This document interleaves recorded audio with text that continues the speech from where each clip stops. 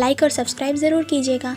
Episode 1 के part 2 में हम देखते हैं दारिम एक बैंक जाती है और अपनी टर्न आने का वेट करती है। वेटिंग एरिया में वो एक लेडी से बात करने लगती है और उन्हें अपने ड्राई क्लीनिंग स्टोर के बारे में बताती है। फिर दारिम का नंबर आता है। वो बैंक टेलर से अपने अकाउंट के सारे पैसे विड्रॉ करवाती है, जो कि करीब 300,000 वॉन थे। फिर वो बैंक से निकल के रोड क्रॉस करने जाती है। रोड क्रॉस के दूसरी तरफ हम मेल लीड को देखते हैं, जिसका नाम सीओ कांगजू है। कांगजू को लाइटर से आवाज करने की हैबिट थी। फिर ग्रीन लाइट पे वो दोनों रोड क्रॉस करते हैं और कांगजू के साइड से जाते हुए दारिम वही लाइटर की आवाज नोटिस करती है और उसे बुरे नामों से बुलाने लगती है। कांगजू उसे देखने के लिए पीछे मुड़ता है, तभी एक गाड़ी आके उसे उड़ा देती है और गाड़ी से टकराने के बाद वो दारिम को देख के कहता है कि शायद उस लड़की ने मुझे कुछ बुरा बोली। फिर हम पास्ट का सीन देखते हैं। 8 साल पहले 2016 में एक बार कांगजू ने दारिम को रोड क्रॉस करने में हेल्प किया था। तब भी दारिम बहुत कम देख पाती थी, पर उसने कांगजू का फेस देखी थी। नेक्स्ट डे कांगजू मिलिट्री ज्वाइन करने वाला था, पर वो दारिम से उसका नंबर मांगता है और 2 साल बाद मिलिट्री से डिस्चार्ज होने के बाद कॉल करने का प्रॉमिस करता है। वो दोनों ने पहले स्कूल में स्क्रीन राइटिंग क्लास में ही ज्यादातर बात करे थे, पर दारिम उसे अपना नंबर नहीं देना चाहती थी क्योंकि उसे होप के साथ जीना पसंद नहीं था। पर कांगजू उसकी बात नहीं मानता है और दारिम के फोन से खुद को कॉल करके नंबर एक्सचेंज कर लेता है। फिर वो दारिम के फोन में क्रॉसवॉक के नाम से अपना नंबर सेव करता है और दारिम से कहता है कि अगर तुम किसी और को डेट करने लगी तो मेरा नंबर डिलीट कर देना। दारिम उसे वार्न करती है कि मुझे फॉल्स होप से नफरत है, पर उस दिन के बाद से कांगजू ने दारिम को कभी कॉल नहीं किया था। फिर हम प्रेजेंट में आते हैं, जहाँ कांगजू रोड पर ही बेहोश हो गया था और दारिम उसे बिना देखे वहाँ से चली जाती है। नेक्स्ट सीन में बोंगी ग्रैंडपा और ग्रैंडमा को कैंसर हॉस्पिटल लाती हैं। ग्रैंडपा बोंगी से दारिम की आई अपॉइंटमेंट के बारे में पूछते हैं, तो बोंगी उन्हें कहती हैं कि मुझे आप दोनों को यहाँ अपॉइंटमेंट के लिए लाना था, तो मैंने दारिम को अकेले ही आई डॉक्टर के पास भेज दी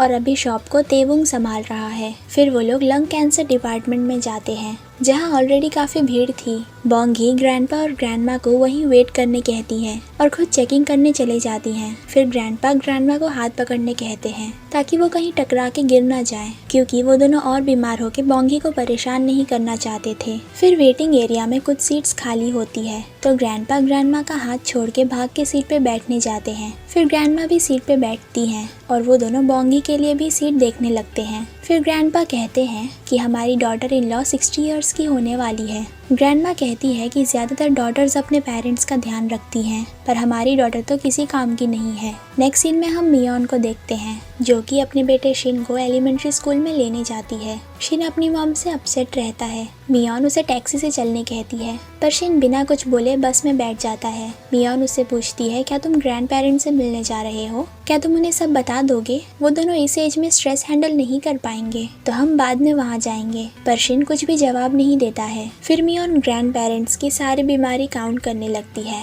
और कहती है, इसीलिए तो तुम डॉक्टर बनना चाहते थे ना। ये सब कह के वो शिन को चुप रहने के लिए कन्विंस करती है। नेक्स्ट सीन में कांगजू हॉस्पिटल में एडमिट होके दारिम के बारे में सोचते रहता है। फिर उसके पेरेंट्स उससे वहाँ मिलने आते हैं। डॉक्टर उन्हें बताते हैं कि कांगजू के स्कैन्स नॉर्मल आए हैं। कुछ और टेस्ट करने के लिए कांगजू को वार्ड में कुछ दिन रखना पड़ेगा। फिर कांगजू की मॉम बेक जियोन उससे पूछती है, क्या वो गाड़ी वाला अरेस्ट हो गया? तो कांगजू कहता है कि थोड़ी गलती मेरी भी थी, मैं कुछ सोचने लगा था। फिर उसके डैड जी सियोंगडोन कांगजू को वार्ड में चेक इन करवाने के लिए चले जाते हैं। फिर जियोन कहती है कि ये हॉस्पिटल तुम्हें अच्छे से ट्रीट करेगा, क्योंकि तुम्हारे डैड ने इस हॉस्पिटल में काफ़ी पैसे डोनेट करे हैं। कांगजू कहता है कि डैड को मेरी वजह से यहाँ आने के लिए मीटिंग कैंसिल करना पड़ा होगा। फिर जियोन उससे कहती है कि तुम तो स्मोक भी नहीं करते हो, तो तुम्हें ग्रैंडपा का लाइटर लेने का क्या ज़रूरत था? अब तुम एंग्शियसनेस दूर करने के लिए इसे ओपन क्लोज करते रहते हो। क्या तुम्हें पता भी है कि मुझे इसकी आवाज़ बिल्कुल नहीं पसंद है? पर कांगजू कहता है कि मुझे इसकी आवाज़ पसंद है।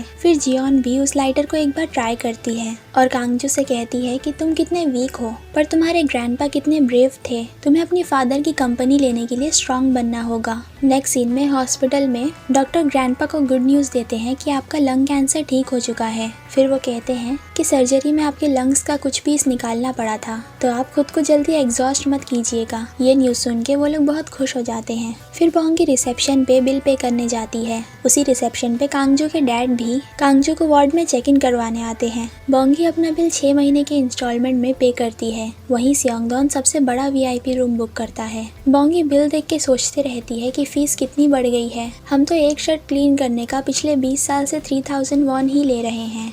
उसे देख के ग्रैंडमा ग्रैंडपा से कहती हैं कि हमारी डॉटर इन लॉ अब खुद से ही बात करने लगी है, क्या वो हमारे बारे में कुछ बुरा बोल रही है? तो ग्रैंडपा कहते हैं कि बोंगी को कुछ भी बुरा बोलना नहीं आता है। नेक्स्ट सीन में हम दारिम के बड़े भाई मुरिम को देखते हैं, जो कि एक पुलिस ऑफिसर होता है। वो पुलिस स्टेशन के बाहर अपने चीफ से जीसियोंग ग्रुप के चेयरमैन के बेटे यानी कांगजू के एक्सीडेंट के बारे में पूछता है। चीफ उसे बताती है कि ड्राइवर ड्रंक था। फिर वो उसे खुद को मदर इन लॉ बुलाने कहती हैं, क्योंकि उनकी बेटी मुरिम की पार्टनर है। पर वो पुलिस स्टेशन में उन्हें मॉम बोलने से मना कर देता है। फिर चीफ कहती है कि अब से हम सारे यूनिफॉर्म्स तुम्हारे ड्राई क्लीनर में भिजवाएंगे, पर मुरिम उसके लिए भी मना कर देता है, क्योंकि पुलिस स्टेशन में सबको पता चला तो चीफ की रेपुटेशन खराब हो सकती है। फिर चीफ गुस्सा होके वहाँ से चले जाती हैं। नेक्स्ट सीन में आई शॉट के कॉस्ट के बारे में सोचते हुए अपसेट होके दारिम घर आती है। उनके शॉप पे चा तेवुंग काम कर रहा था। तेवुंग दारिम से कहता है कि तुम अकेले डॉक्टर के पास जाती हो, तुम कितनी बड़ी हो गई हो।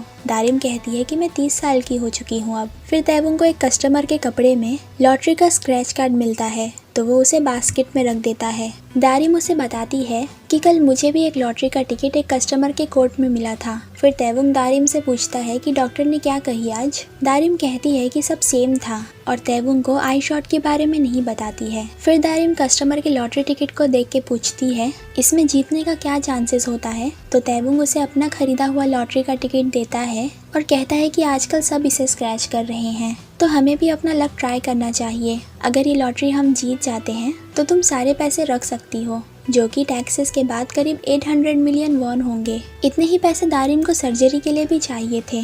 दारिम कहती है मैं ये नहीं जीत पाऊंगी, लॉटरी में जीतना एक फॉल्स होप होता है। पर तेवुंग कहता है कि कोई एक इंसान का जीतना तो पक्का है, शायद वो तुम ही बन जाओ। फिर वो उसे स्क्रैच करने के लिए कॉइन देता है। फिर वो लोग मिलके पहला नंबर स्क्रैच करते हैं, जो कि 7 था।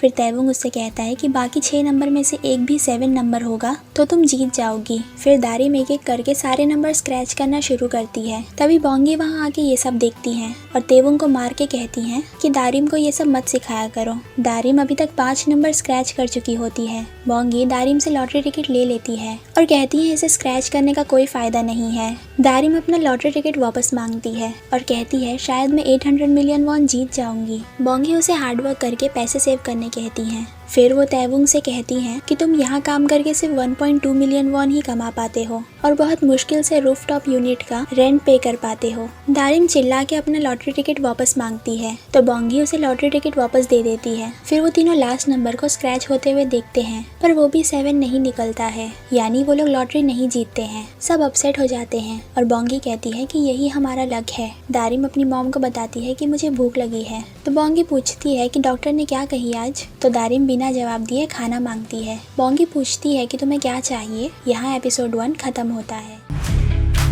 So have you ever felt betrayed?